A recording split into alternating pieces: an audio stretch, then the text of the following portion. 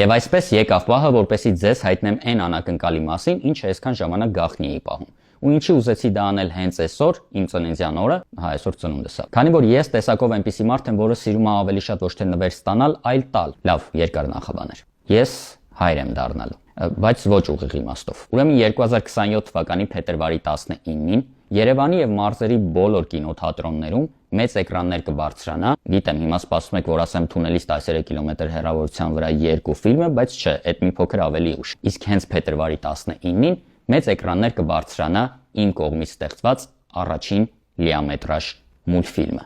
որի անունն է Հովհաննես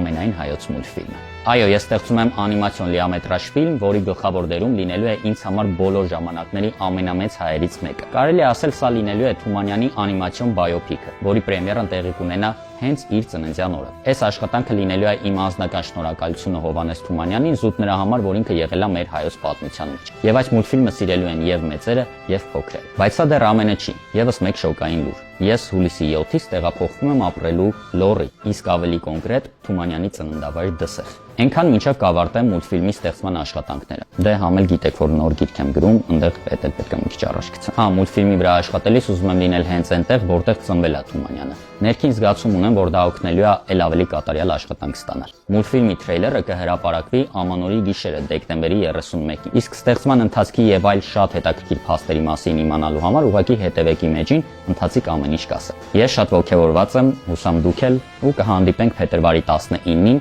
Կարմիր գորգի արարողության ժամանակ միասին դիտելու Հովհաննես ամենայն հայոց մուլտֆիլմը։